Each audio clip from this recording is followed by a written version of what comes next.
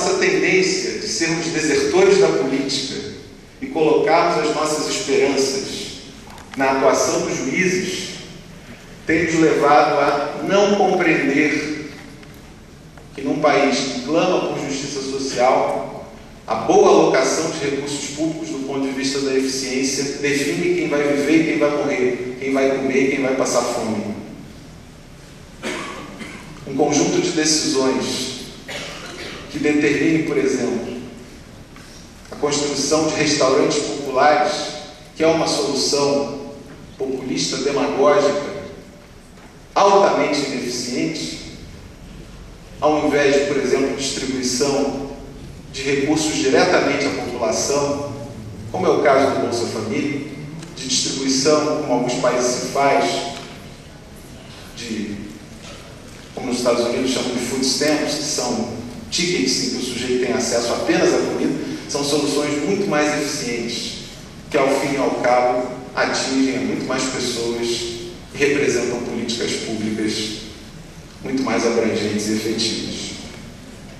Problemas como perdas de escala, retração de investimentos privados, decisões alocativas ineficientes têm que ser levadas em conta na nossa reflexão crítica sobre a judicialização de políticas públicas. O terceiro e último ponto, já me encaminhando para o fim, diz respeito à legitimidade democrática dessas escolhas. E aqui é evidentemente incabível, impróprio, sustentar que o Poder Judiciário não tem legitimidade democrática. Esse, evidentemente, não é o argumento. A existência de um Poder Judiciário independente de um Tribunal Constitucional que controle o Legislativo e de juízes que controlem o Executivo é condição sine qua non de uma sociedade democrática. O problema, portanto, é de grau e critérios e não um problema ligado à legitimidade democrática. A minha questão ligada à legitimidade tem a ver com critérios de escolhas alocativas que passam a ser transferidas do Poder Executivo e do Poder Legislativo para o Poder Judiciário. E essas escolhas passam a ser feitas no âmbito de ações individuais ou de ações coletivas que deixam de ver a floresta passando apenas a se centrar na árvore. Essas escolhas são feitas por quem não está legitimado pelo voto e não está sujeito ao teste da legitimidade da sua investidura política. E isso não significa ser conservador. Apenas para dar um exemplo a vocês, a ideia de que a judicialização de políticas é necessariamente uma ideia progressista e a reflexão sobre a autocontenção judicial, uma ideia necessariamente conservadora, está evidentemente refutada pela história. Se de um lado, por exemplo, nos Estados Unidos, nos anos 50 e 60, a Corte de Warren foi uma grande promotora de direitos civis, de outro lado, nas primeiras décadas do século XX, a chamada Era Lochner teve, na Suprema Corte norte-americana, o grande empecilho à promoção de direitos sociais e ao avanço de ramos do direito que depois ganhariam o mundo, como o direito do trabalho, o direito do consumidor e o direito ambiental. Portanto, uma reflexão mais profunda sobre isso também se impõe. E eu encaminharia para o fim fazendo uma comparação do Brasil com duas sociedades emergentes e que clamam por desenvolvimento social. Dois tribunais constitucionais com os quais o Brasil tem muito a aprender e com os quais deve dialogar. De um lado, o Tribunal Constitucional da Colômbia e do outro, a Corte Constitucional da África do Sul.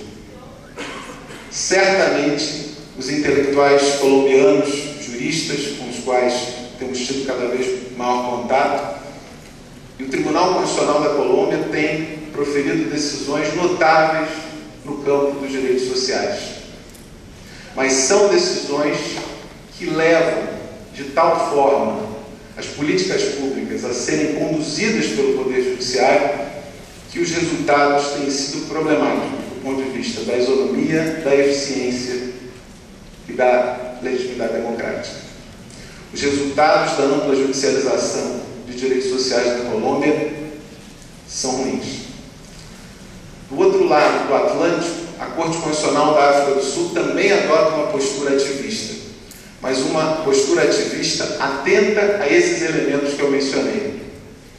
Apenas para dar um exemplo, ao invés de substituir aos poderes políticos, ao Executivo e ao Legislativo, na formulação de políticas, o que o Judiciário da África do Sul tem feito é o de estabelecer metas, resultados a serem alcançados, de monitorar políticas públicas e verificar os seus resultados, e não de se substituir aos poderes políticos na realização, na elaboração e na implementação dessas políticas.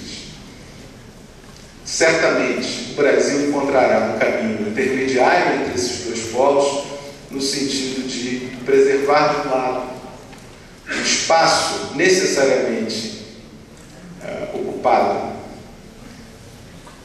pela democracia majoritária,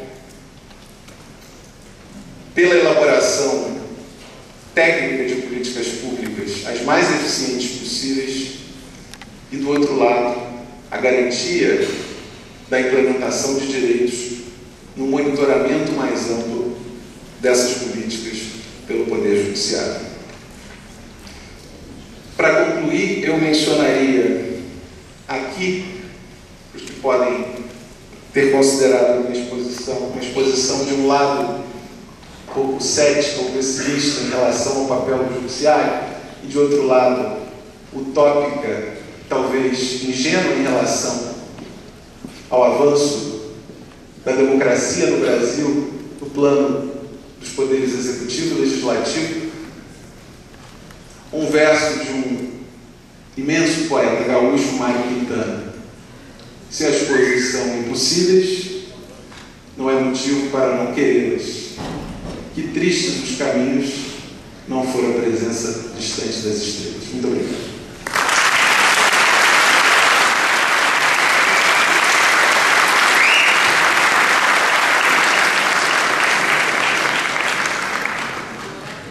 Passamos a palavra ao professor Antônio para a sua exposição.